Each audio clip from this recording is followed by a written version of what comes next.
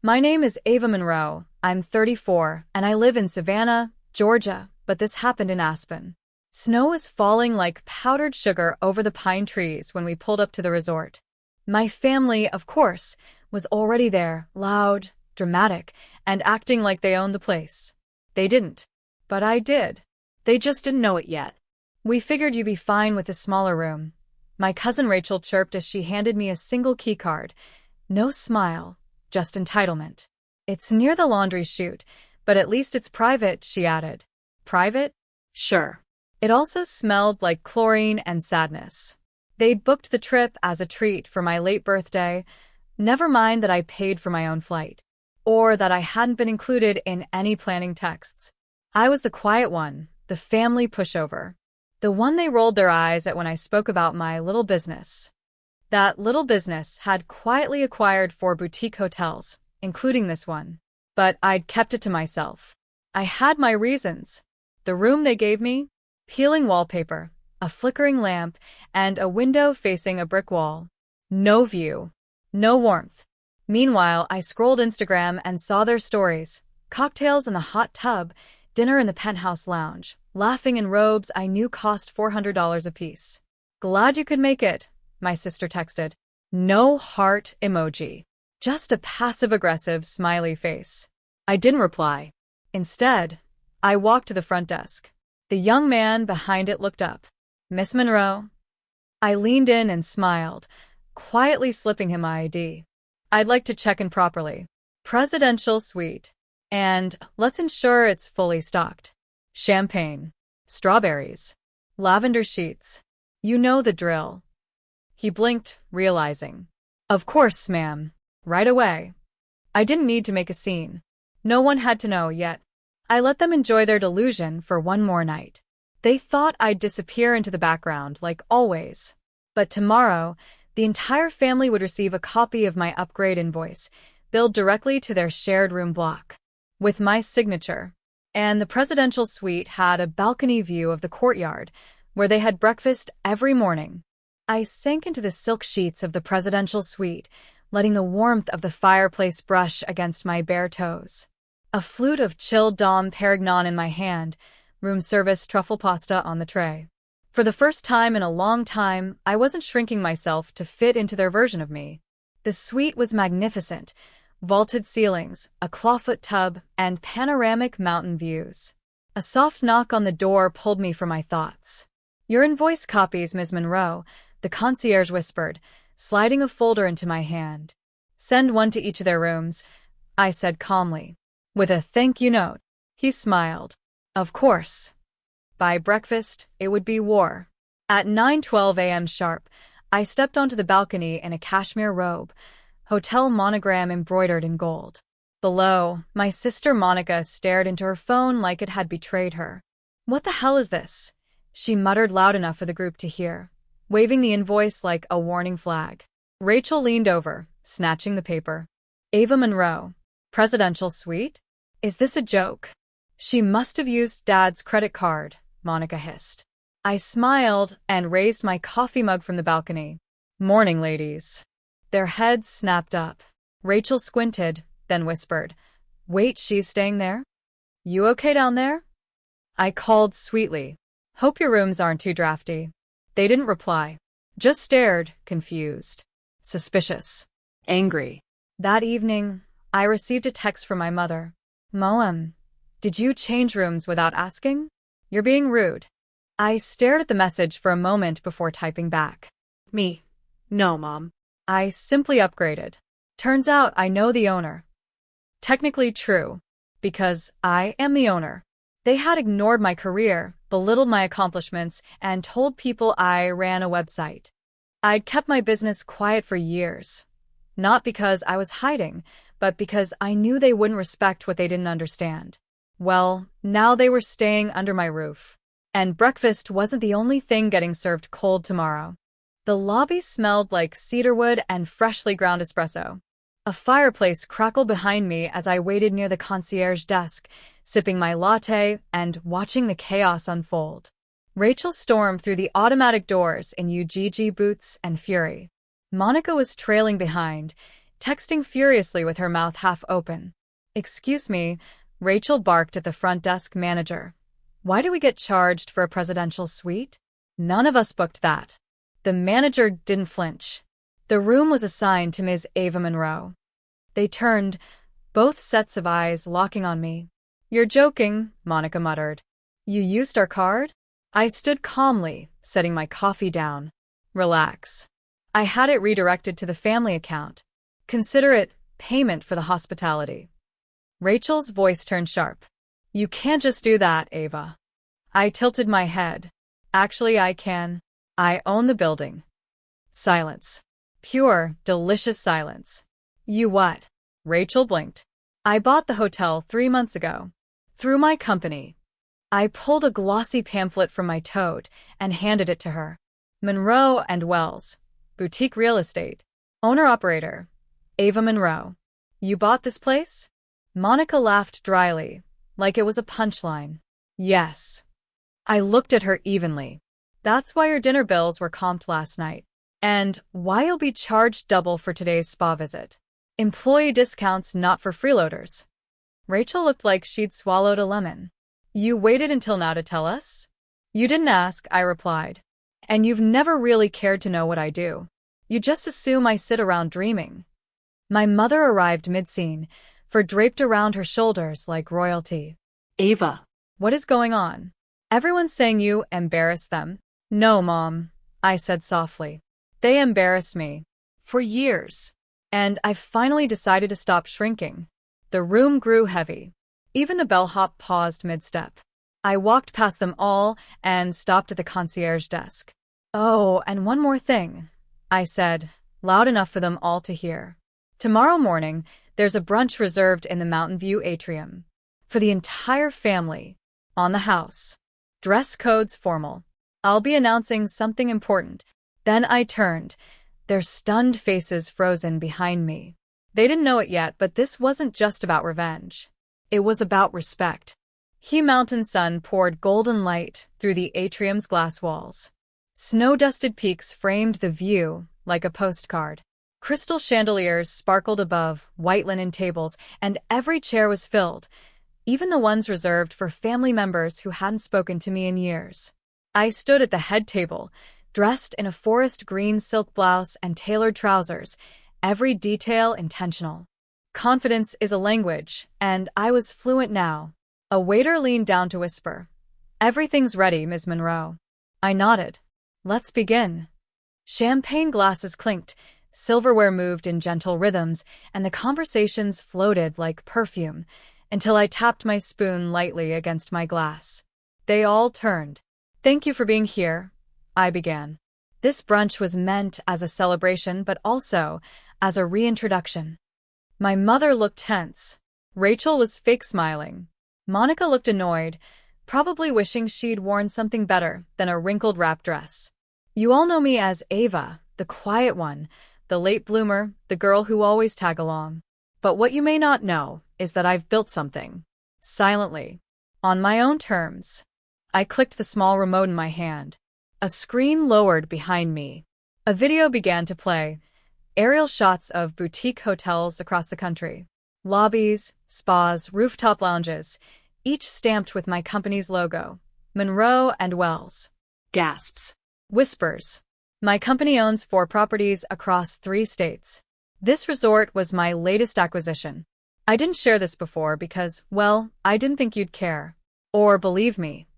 Monica spoke up, a thin edge to her voice. "So, this was all some dramatic way to show off?" "No," I replied calmly. "It was a way to finally claim my voice in a family that never gave me space." Rachel huffed. "You always play the victim." I turned to her. "You stuck me in the worst room. Didn't ask how I was. You bragged about your rented Range Rover while sitting in a hotel I own." That shut her up. My voice softened. "This isn't revenge. It's a reminder. I'm not the girl you once decided was small."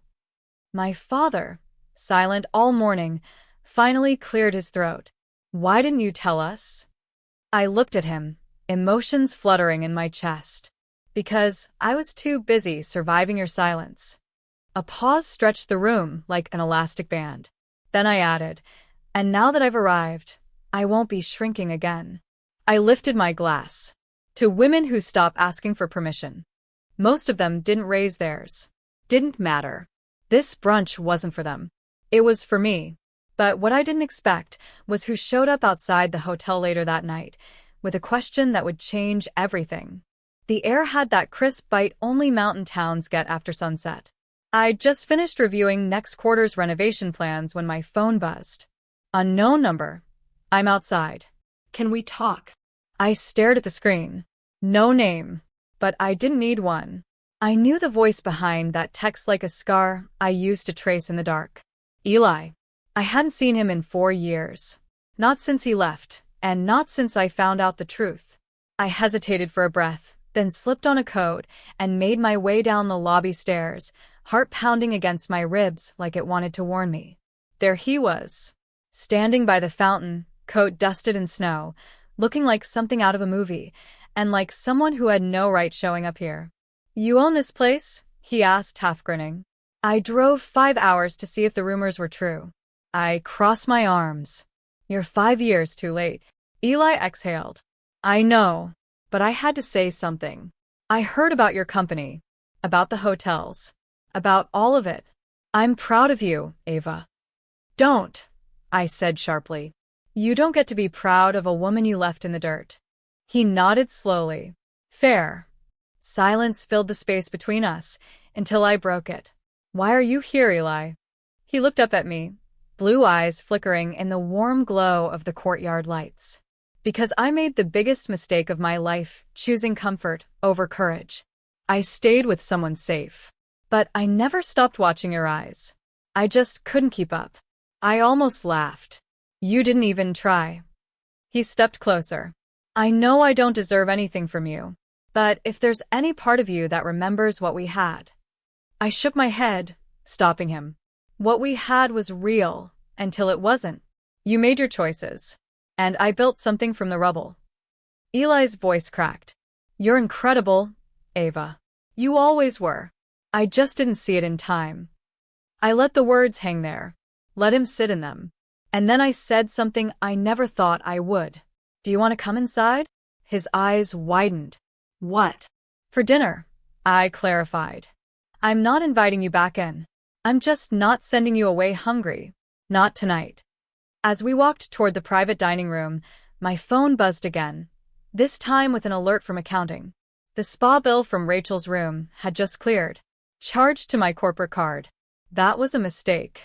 And tomorrow, it would be the last one she made under my roof. The next morning, I skipped the hotel breakfast.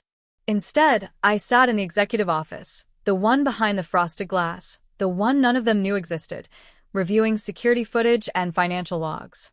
And there it was. Rachel Monroe. Room service, $246.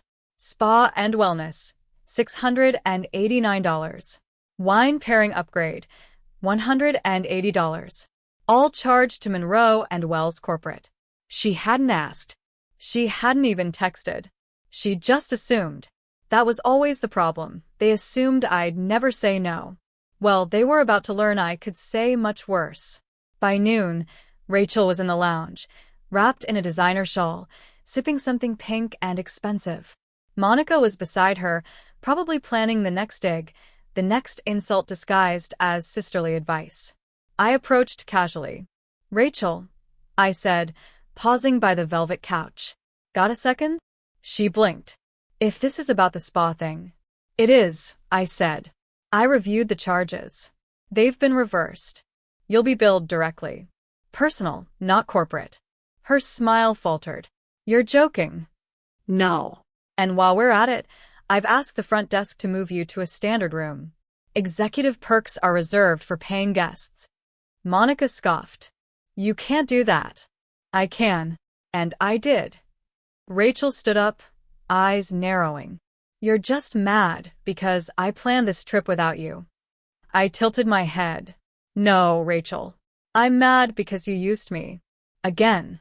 And I finally stopped letting it happen." She crossed her arms. "You think running this place makes you better than us?" "No," I said softly. It just means I can afford the cost of cutting you off. A beat passed. Monica opened her mouth, but I cut her off with a look. You both came here expecting the old Ava. Quiet. Tolerant. Forgettable. But that woman doesn't exist anymore. She's been replaced by someone who remembers everything. Rachel rolled her eyes. So what now? You're gonna kick us out? I leaned in just enough to make her squirm. Not yet. But I have one more announcement to make. Tonight. Fireside Lounge. Entire family. Mandatory. And if we don't come? Monica challenged. I smiled. Then I'll have security escort you out. Politely. Professionally. And permanently. As I turned to leave, I passed a guest who nodded toward me. Love the upgrades in the new suite, she said kindly. You run a beautiful place. Thank you. I smiled, loud enough for Rachel to hear. Because it wasn't just about revenge anymore. It was about rebuilding the version of me they never took seriously. And tonight, I was about to burn the last bridge with a match I lit myself. The fireside lounge was glowing in soft amber light, logs crackling behind the glass, jazz humming in the background. Every family member was seated, some nervously sipping cocktails, others pretending this wasn't the most awkward family meeting in history. I stood at the center, calm as ever, holding a small stack of ivory envelopes. Thank you for coming, I began, voice steady. I know some of you think this trip went differently than expected. That's fair. Rachel muttered something under her breath. Monica elbowed her. I continued. This hotel was meant to be a place of peace, reflection, and growth. That's why I bought it. That's what I needed. And I invited you here, in good faith. I paused, scanning their faces. But in return, I was disrespected, used, and once again, underestimated. A silence settled. Which is why, I said, holding up the envelopes, I've prepared something for each of you. Inside, you'll find a summary of your charges and the total amount you owe for the trip. You'll also find a clause I've added to my business, a lifetime ban. Mouths dropped.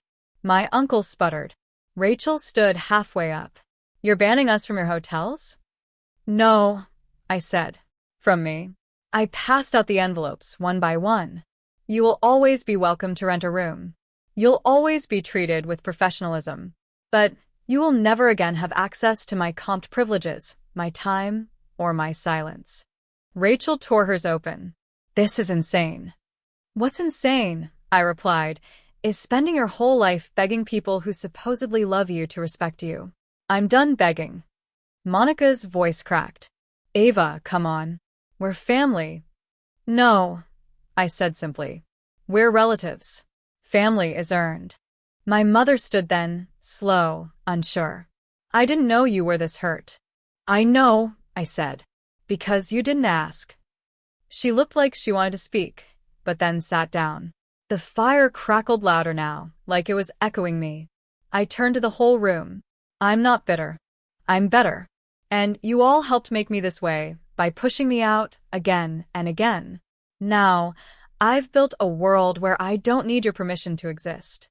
Then I reached into my pocket and pulled out one more envelope, this one addressed to myself. I placed it on the table. Inside is a letter to the version of me who thought she had to be small to be loved. I'm leaving it here as a reminder. She's not coming back. Without another word, I walked toward the door. But just as I reached it, I heard footsteps behind me. It wasn't Rachel, or Monica, or even my mom. It was Eli. Wait, he said gently. One more question. I turned. He smiled, just barely. Do I get a second chance? I paused and let the silence hold the weight of everything. Then I whispered, come find me tomorrow, if I'm still here.